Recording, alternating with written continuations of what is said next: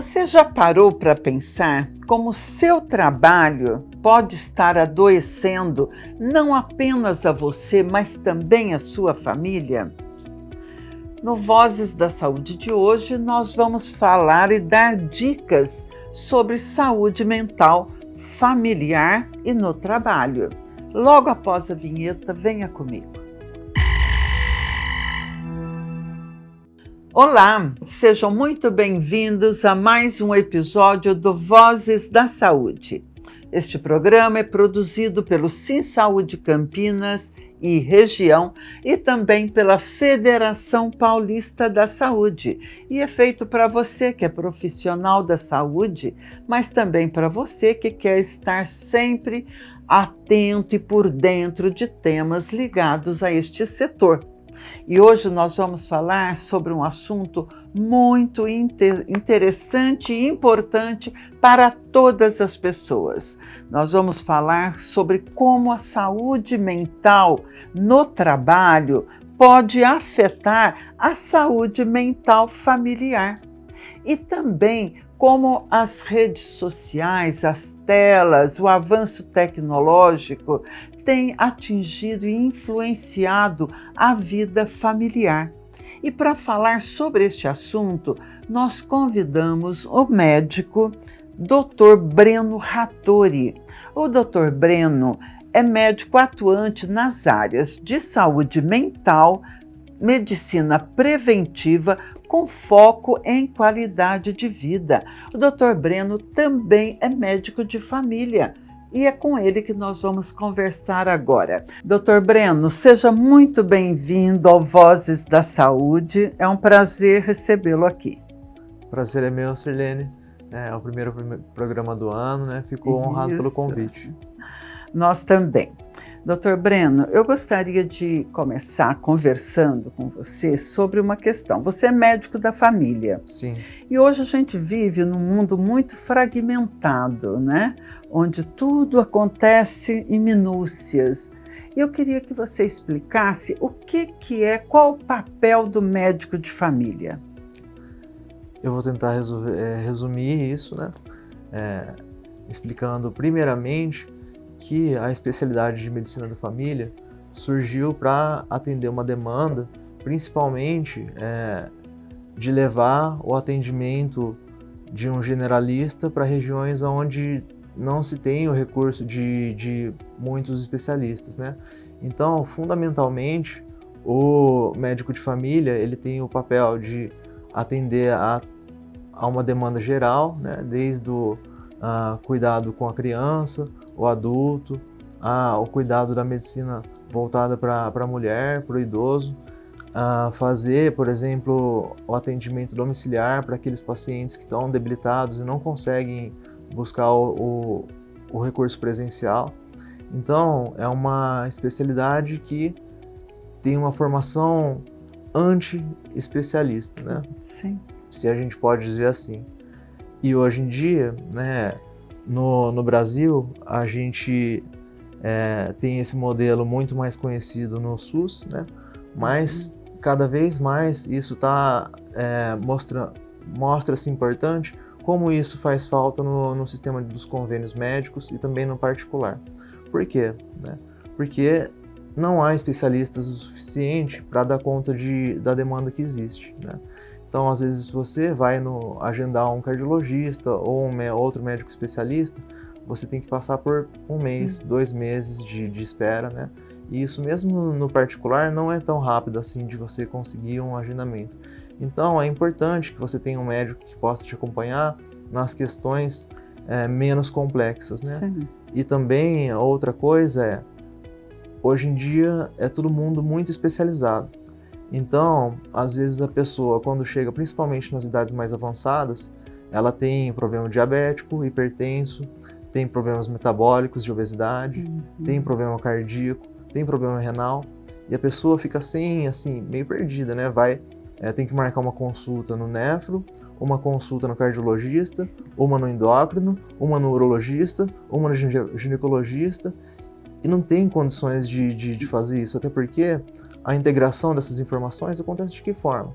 se quando você vai no cardiologista, ele não sabe o que está acontecendo nas outras especialidades. Sim. E aí você vai no neurologista, mas você tem um problema cardiológico, mas ele vai te falar, a minha especialidade, o propósito da nossa consulta é a neurologia. Né? Aí você vai nas outras especialidades da mesma forma. E eles têm razão, é para isso mesmo que serve a especialidade nesse nível da saúde. Porém, como você vai fazer a integração e explicar para o seu paciente como organizar e de que forma que esses problemas de saúde estão interligados, né? O que você pode fazer de outras medidas, aonde você vai recorrer, que não seja essas consultas, porque não tem jeito de fazer isso com tanta frequência. Então acaba sendo uma tendência mundial? Sim, em outros países, na Europa, nos Estados Unidos, por exemplo, você não consegue chegar ao especialista se você não passar primeiro por um médico da atenção primária, né? Que é o médico de família. Então, ele é o gerente da sua saúde. Sim. Né? Ele vai te orientar com que periodicidade você tem que buscar a consulta, isso de acordo com as suas necessidades, né? Sim. Ele vai te orientar em relação como organiza e como estão interligados as orientações que você recebeu do cardiologista, do neuro, do nefro, do ginecologista, enfim. Né? Ele traduz ali o excesso de informação que às vezes para o paciente fica confuso e difícil de administrar. Mas é muito interessante. Mas hoje, na verdade, como o Dr. Breno é especialista em psiquiatria, né? Nós quisemos fazer este programa falando muito da saúde mental da família.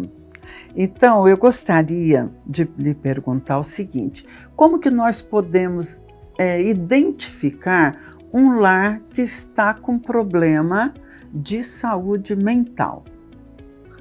Essa é uma questão bastante atual, né, muito importante. Assim, não existe, é claro, uma regra, né, ou assim, os critérios para você identificar não são precisos, né? Mas a gente consegue ver dentro de casa, na dinâmica da família, por exemplo, quando as relações são muito conflituosas, ou quando existe um afastamento, uma falta de comunicação, né, ou então as relações assim não há proximidade, afeto, né? E agora, por exemplo, com esse advento da era digital, né? Isso a gente ainda está processando, aprendendo a viver com isso, né? Sim. Então isso fez uma bagunça na organização e na dinâmica familiar. Então a gente vê hoje, por exemplo, uma casa onde tem um pai, uma mãe, 2 filhos, e aí cada um, a hora que chega em casa, vai para o seu quarto e assim se fragmenta, as pessoas mal se conhecem dentro de casa, né? Então o convívio familiar, né, o conceito de lar ficou reduzido ao quê? Né? Então isso daí, né, é claro que vai funcionar diferente para cada família. Então, mas dentro de casa, as pessoas percebem, se olharem com um pouquinho mais de atenção, que tem alguma coisa de errado. Né? Então me diz, você considera qual que seja o principal causa desse adoecimento das famílias? Eu acredito que hoje em dia seja o distanciamento afetivo e social dentro de casa, né? E isso é uma coisa que, assim, o convívio e o carinho, o afeto, a comunicação, isso precisa ser exercitado, né? Porque hoje em dia, com toda essa dinâmica diferente que tem social, você vê até no ambiente de trabalho ou outros lugares, as pessoas se encontram ou estabelecem relações sociais apenas circunstanciais, né? Não vai além da superficialidade. E isso também está adentrando dentro de casa, do lar. Porque a gente está perdendo essa habilidade, né? E isso, se não for exercitado, né, vai se desfazendo. Mas, doutor, o senhor considera que sejam as novas tecnologias, o uso excessivo de celulares, computadores, tablets e outros... O tempo de tela, né? É o tempo de tela. Esse, na minha opinião, é o maior fator, né? O maior vilão. Sim, né? Porque existe uma realidade paralela lá dentro, onde você estabelece relações sociais, né? Sim. Ou então você consome aquilo que se propagandeia daquilo que cada um ali coloca na sua mídia social, aquilo que a pessoa quer compartilhar, aquilo que as empresas querem te vender, aquilo que as empresas querem que você pense ou que você crie necessidades de que ache que é muito necessário para você ter coisas assim que são totalmente dispensáveis se você for pensar. Sim. Né? Então, a gente, por exemplo, as crianças e os adolescentes hoje, eles nasceram inseridos nesse contexto. Mas se você lembrar mais para trás, né, o que era importante, o que fazia uma criança, um adolescente feliz, né? Ou então, mesmo o adulto jovem, o que era importante naquela época? E hoje, como que isso se perdeu, né? A gente, às vezes, até coisas que eram importantes pra gente, o que eu acho super importante, inclusive, resgatar de volta, né? Na sua infância, coisas assim que eram prazerosas, agradáveis, importantes, por que hoje em dia a gente nem pensa, às vezes, nessas coisas, né? Uhum. Isso impacta na nossa felicidade, né? No nosso propósito de vida, né? Na substancialidade da vida, né? Então, às vezes, resgatar isso é muito importante. Hoje as crianças se relacionam com os aparelhos, os amiguinhos falam por tela, jogam por tela, né? Eles acabam não tendo aquela convivência que era tão comum em outros tempos, onde para ter a convivência social a gente ia para a rua, né? A gente procurava os amigos, ia jogar bola, ia jogar... Pois é, então. E eu vou te dizer que hoje, assim, é comum que uma criança ou um adolescente tenha muita dificuldade de iniciar ou sustentar uma conversa pessoalmente, Sim. né? E na rede ou virtualmente, flui naturalmente, né? Ou até que ponto isso, porque tem coisas, isso traz uma praticidade, né? Algumas coisas boas, né? Facilidade de comunicação à distância, porém, né? O que isso faz com os nossos relacionamentos pessoais e afetivos de verdade, né? Como que a gente cria laços mais profundos com outras pessoas, né? Isso se perde. Por que as pessoas não despertam para essa realidade? Porque hoje nós sabemos que o índice de depressão cresceu muito em virtude das redes sociais. Ou seja, eu em qualquer momento eu posso estar conversando com um amigo, com alguém, ou vendo alguma história aqui no meu celular. E ao mesmo tempo que eu estou me relacionando, eu estou criando uma depressão por falta de vivências. O que acontece, doutor? Sirlene, as mídias sociais, as redes sociais e toda a internet, a estrutura com que é feita, ela gira em torno de o que vende, né? E também como que isso daí vai prender a atenção da pessoa. Isso é feito para deixar a pessoa dependente, né? Uma dependência química de dopamina e psicológica. Então, existe todo... É como se fosse uma fórmula, tá? Então, os desenvolvedores estudam marketing, estudam o desenvolvimento psicologia, do ele é feito de forma para a pessoa ficar presa ali, rolando uma tela que não tem fim, né?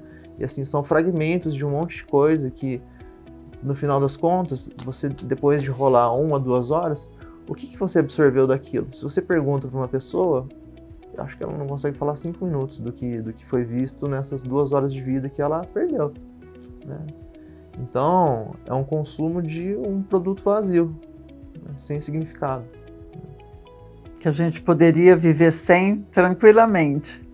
Já vivemos, né? Experimenta pegar 2, 3 dias que você, por exemplo, não precise estar tão conectada por conta do trabalho, né? Uhum. Que não vai te trazer um prejuízo, enfim, de comunicação, você está esperando notícia de alguém que realmente você precisa conversar, experimenta passar uns 2, 3 dias sem, né? Vai para algum lugar onde você pode se conectar com a natureza ou com amigos que você não vê faz tempo, vê se esse dia aí não vai ter uma qualidade melhor ou vai te fazer se sentir melhor do que um dia que você está super conectado, né? Você está tão conectado ali no mundo virtual, mas você está ao mesmo tempo totalmente desconectado do mundo que realmente importa, né? A vida presencial. Por que as redes sociais também são causadoras de um maior índice de TDAH, de ansiedade? Essa coisa do rolar a tela mexe com a psique mesmo humana? Sim, né?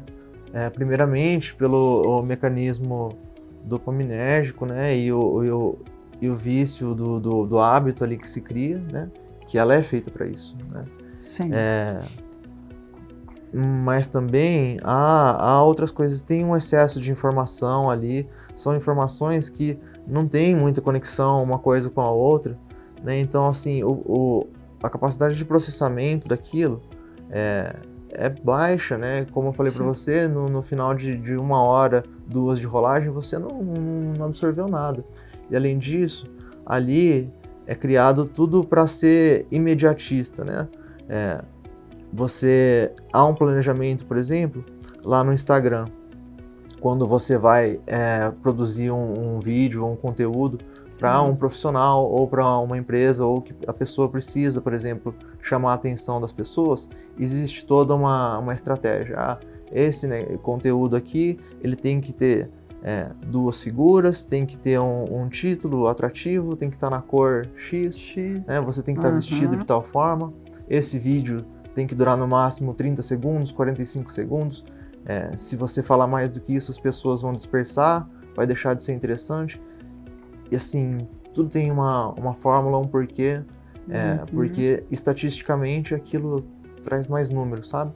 Então, existe um mecanismo por trás disso, né? E é assim que é feito. É verdade, né? Hoje a gente entra em família mesmo, você fala assim, olha, vamos comprar não sei o quê. Dá uma olhada aí, porque tem gente que entrega hoje. É assim. Por quê?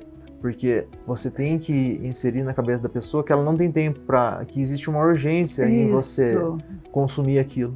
Porque se a pessoa tiver tempo para refletir, a probabilidade dela comprar por impulso ou contratar um serviço por impulso diminui drasticamente, né? Então, é feito para que você não tenha tempo de pensar. Decida na hora. Você vai decidindo. Dá o mínimo de informação para que compre. Vai lá, isso aqui é importante, consuma. Você nem sabe o que está comprando. Compre agora, te entrega amanhã. Em 1 mês a tua vida vai mudar, em 1 mês você vai ganhar dinheiro, em 1 mês. E é esse tipo de informação.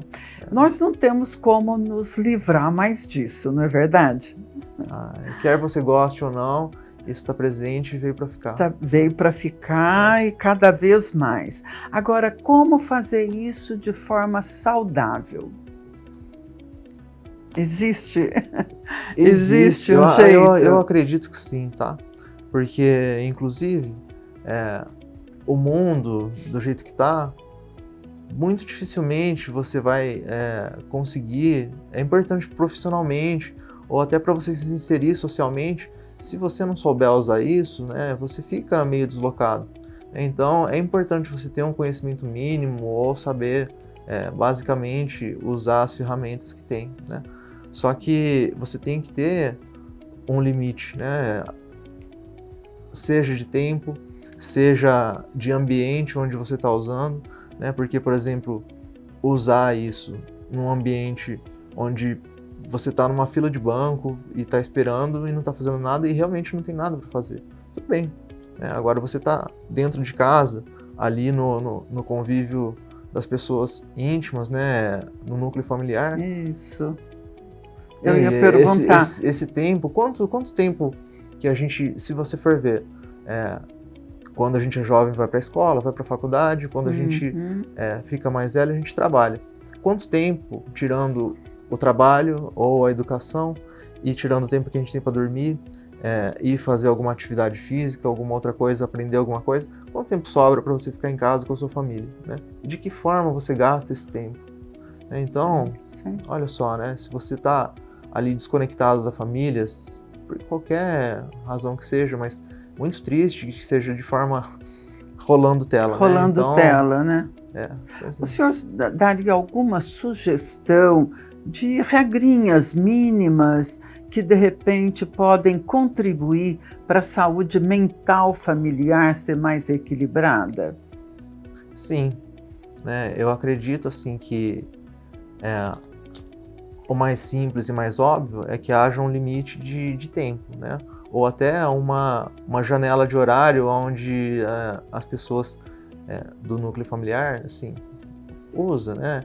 Mas deixa a maior parte do tempo, ou uma parte substancial do tempo, reservado para que tenha um convívio ali, né? Cultivar a afetividade, ou ter alguma atividade de lazer que seja compartilhada, né? Quanto tempo faz que você não vê alguém jogando um jogo de tabuleiro, por exemplo?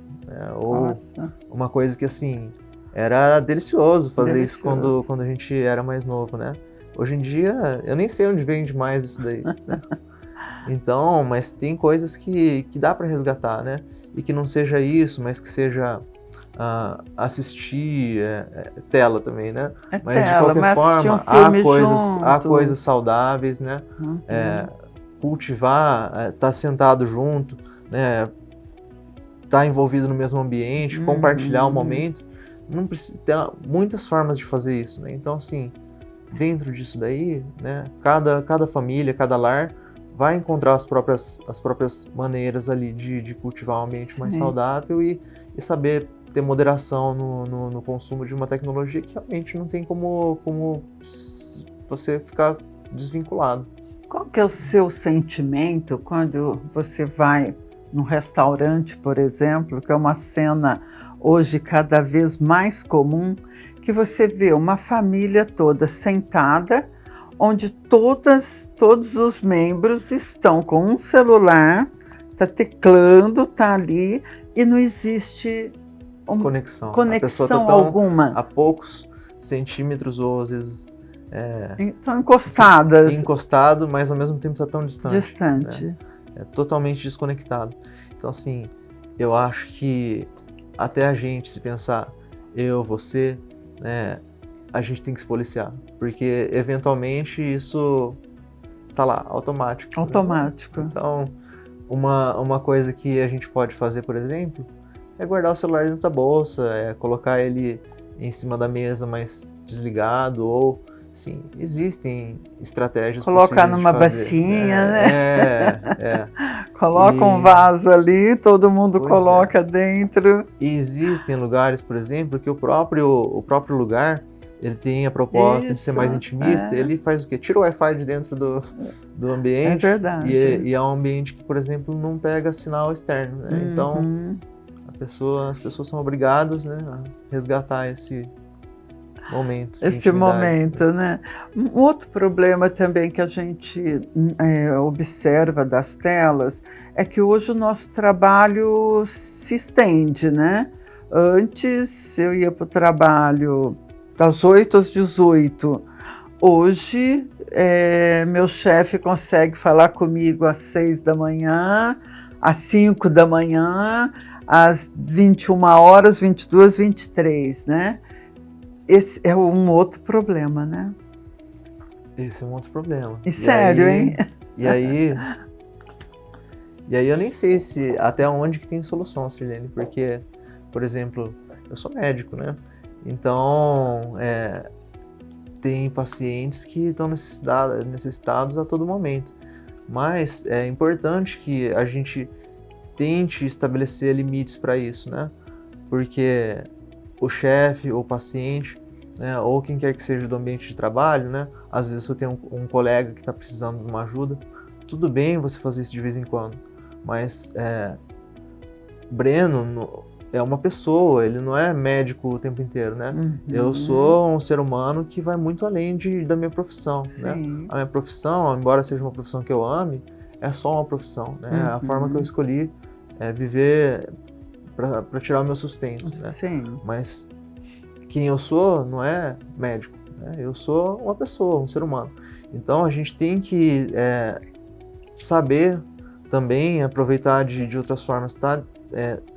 Você tem que saber deixar colocar o limites. estresse do trabalho ali no lugar certo, Sim. Os problemas no lugar certo, né? As responsabilidades no lugar certo. Então, se você não tiver um mínimo de um limite, você vai ter problema. Vai ter problema para organizar sua vida, vai ter problema nas relações com o cônjuge, com filhos, né? E você vai ser um transmissor de problema também, né? Você causa um estresse ali, que esses problemas não pertencem às pessoas que estão em volta de você, né? Sim. Se você está trazendo isso, você está poluindo o ambiente. Então é preciso saber deixar essas coisas aonde elas têm que ficar. Né? E como fazer isso? Como não levar os problemas do trabalho para casa? Como a gente tem, né, a minha atividade vai ser diferente da sua, que vai ser diferente dos meus amigos, dos nossos cônjuges. Então, a gente tem que criar estratégias de acordo com as nossas particularidades, né?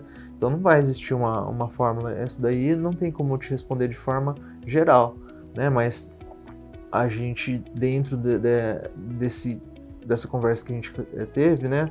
De estabelecer limites dentro daquilo que te permite a tua profissão, o teu contexto pessoal, o teu contexto de vida, né? Mas tem que ter um limite. Você tem que parar para refletir isso, porque senão o trabalho e as outras coisas, elas invadem sua vida, né? Não vai sobrar nada. Totalmente. Muitas vezes de você, né? Você vai se tornar a profissão, né? Isso não é saudável. A pessoa acaba virando refém do trabalho, refém de outras pessoas, das coisas, das contas, coisas, né? As coisas que você possui, né? Ou aquilo que é o seu estilo de vida, acabam possuindo você. Elas se tornam dono. Você não é o dono das coisas, né? Elas que são o dono de você. A gente tem que tomar muito cuidado também para não descontar em casa essas frustrações, essa carga tão pesada que hoje a gente acaba tendo também no trabalho, né? O que o senhor recomendaria? Isso envolve reflexão também. Reflexão. Né? A gente está acostumado a ser bombardeado por estou sempre atrasado para o trabalho, atrasado com as tarefas, atrasado com as metas, atrasado com entregar algum... E aí, fora do trabalho, você está atrasado com as coisas que o banco só funciona no horário comercial, mas no horário comercial eu estou trabalhando, né? Os meus filhos só estão em casa, eu só tenho tempo para encontrá-los das 6 às 8 da noite. Porém, nesse horário, é o horário que eu tenho para ir fazer o supermercado. Ou então, as minhas atividades. Então,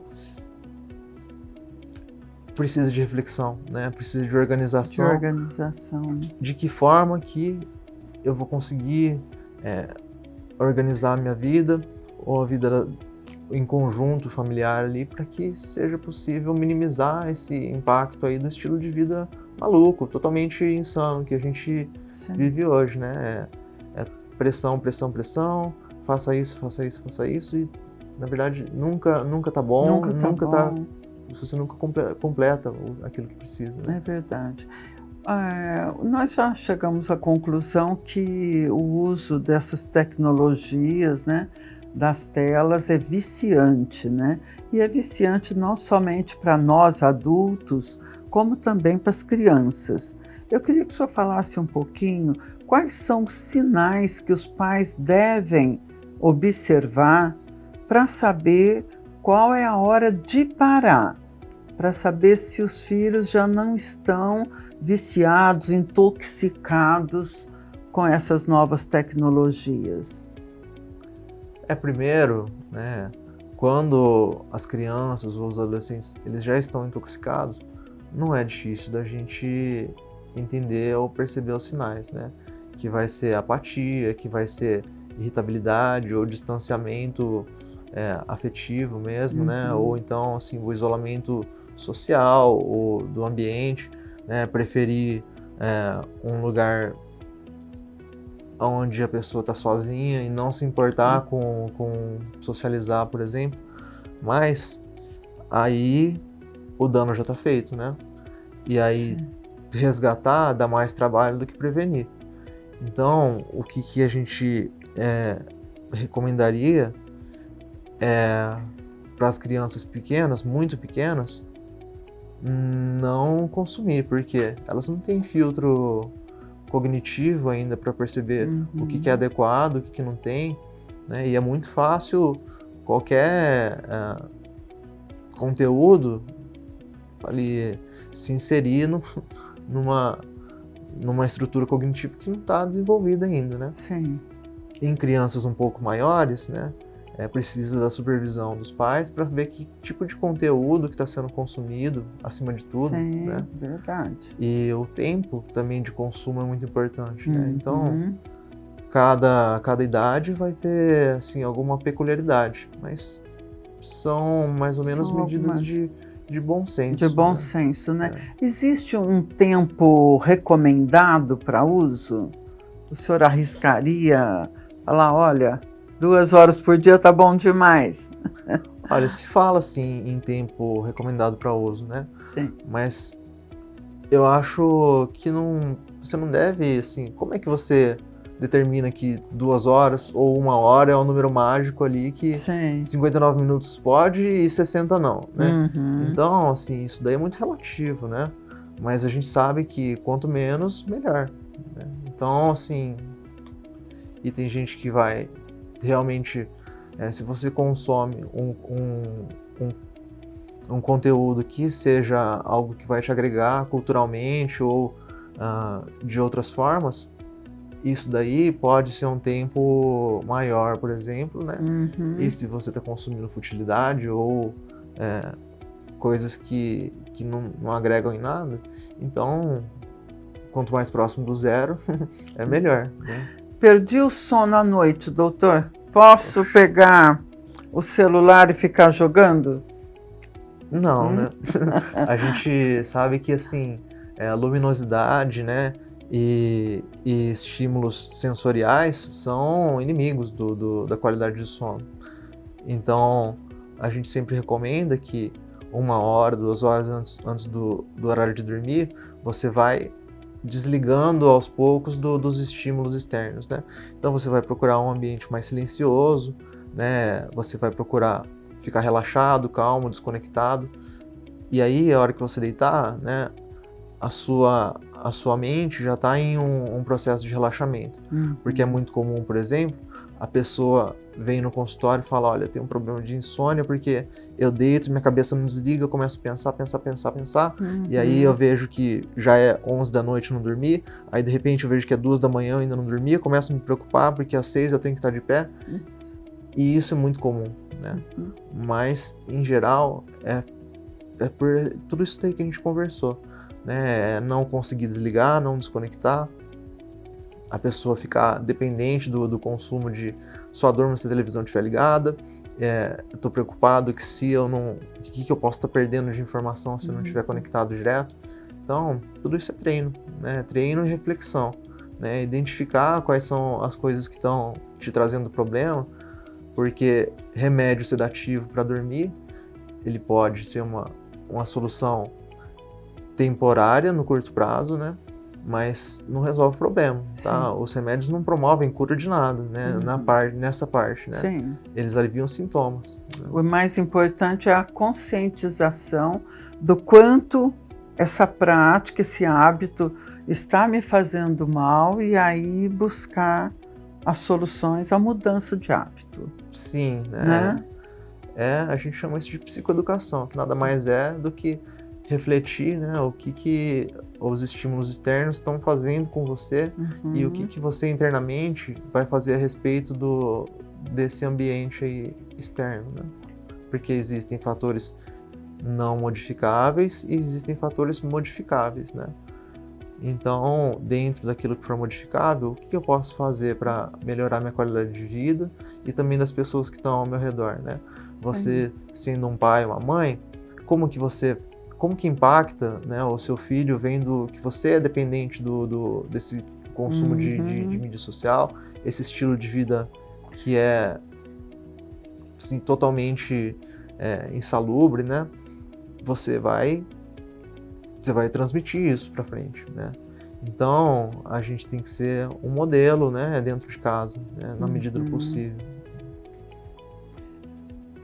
Eu já deixei meu chefe mal acostumado, os colegas de trabalho mal acostumados, me ligam a qualquer hora, me mandam mensagem, pedem a minha opinião sobre trabalho de manhã, à noite, madrugada.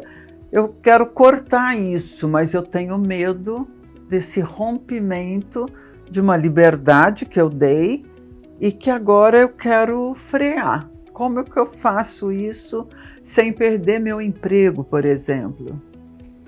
Sem perder meus amigos, quando é o caso de uma criança, de um adolescente, não é? Hoje em dia, né, muitas empresas, né, ou empregadores pensando no fato de que um funcionário com uma saúde mental comprometida, no longo prazo, ele é um mau negócio, né? Então, a pessoa ela vai ficar incapacitada para o trabalho ou vai começar a entregar menos. Então, há empresas onde se preocupa com a sustentabilidade da saúde mental do funcionário. Mas isso ainda não é a via de regra, né? Então, assim, o que eu poderia recomendar, né? É claro que cada caso é um caso, né? Sim. Mas a gente precisa colocar o limite, né? Desligar o celular empresarial, né? Eu recomendo, assim, nunca passar o telefone pessoal para assuntos de trabalho, né? Ter uma linha pessoal e uma profissional. Né? Porque isso facilita muito, né? Agora, mesmo que isso vá impactar de alguma forma, né? Te trazer insegurança, tudo, mas o que é pior, né? O emprego, na pior das hipóteses, a gente acorda mais cedo no dia seguinte e procura outro, né? A gente começa de novo.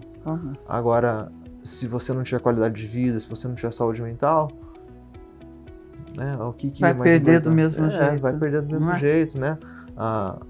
Se o seu trabalho for uma fonte de infelicidade, por quê? Qual que é o propósito dele, né? Você recomenda uma terapia familiar, quando é o caso que a gente está falando da família, ou recomenda que a terapia seja individualizada dos membros da família? Sirlene, as duas formas são válidas, né? São. Então, existem, na linha, esse daí já está mais na expertise do pessoal da psicologia, tá? Mas a gente sabe que há estratégias, né, ou linhas de abordagem psicológica para uma coisa, para outra, né? Ou para questões específicas, por exemplo, para a insônia, né? Uma coisa que o pessoal não, por exemplo, é pouco conhecido, é que existe terapia cognitivo-comportamental para higiene do sono e para tratamento de insônia. E isso daí é a primeira linha de indicação de tratamento, tá? Isso daí vem antes da medicação ou então conjunto, né? Porque, como eu disse, o medicamento não vai curar a tua insônia. Então você tem que criar estratégias, né? E desenvolver a habilidade de autorregulação. E isso a terapia vai trazer. E isso no ambiente familiar da mesma forma. Existem também estratégias que são desenhadas para isso e individualmente, né? E às vezes, por exemplo, uma família não consegue fazer todos ao mesmo tempo, porque tem o trabalho, horário, cada um escola. tem isso, né? Então não é viável para toda a família fazer isso. É para uma minoria, inclusive, né? Sem falar no custo, que provavelmente vai ser maior. Tá? Mas assim, para onde funciona e é possível fazer as duas coisas, inclusive, eu recomendaria, né? Agora, aonde não é possível ou aonde as pessoas às vezes não se sentem bem fazendo isso, o que vai funcionar bem para você, né? Então faça o que dá, o que funciona, né? O que você... Mas busque o caminho, né? Sim, claro, porque o problema não vai se resolver sozinho. Em geral, ele vira uma bola de neve, e não é uma bola de neve onde você vai estar sozinho, você vai atropelar todo mundo que estiver no caminho. Tá? É verdade. No seu consultório, o senhor dá todo esse atendimento que nós estamos falando? Na medicina de família, né, o atendimento humanizado, né, e que vai além das próprias condições orgânicas, é o nosso cartão de visita, né? Então, a gente vai conversar muitas vezes e vai tentar entender como que a dinâmica de vida da pessoa está relacionada aos problemas que ela apresenta, né? E na minha especialização de psiquiatria e saúde mental, eu tento conciliar e combinar as duas coisas, né? Eu acredito que é fundamental, principalmente nessa especialidade de saúde mental, você construir uma relação boa e profunda de médico-paciente, né? Sim.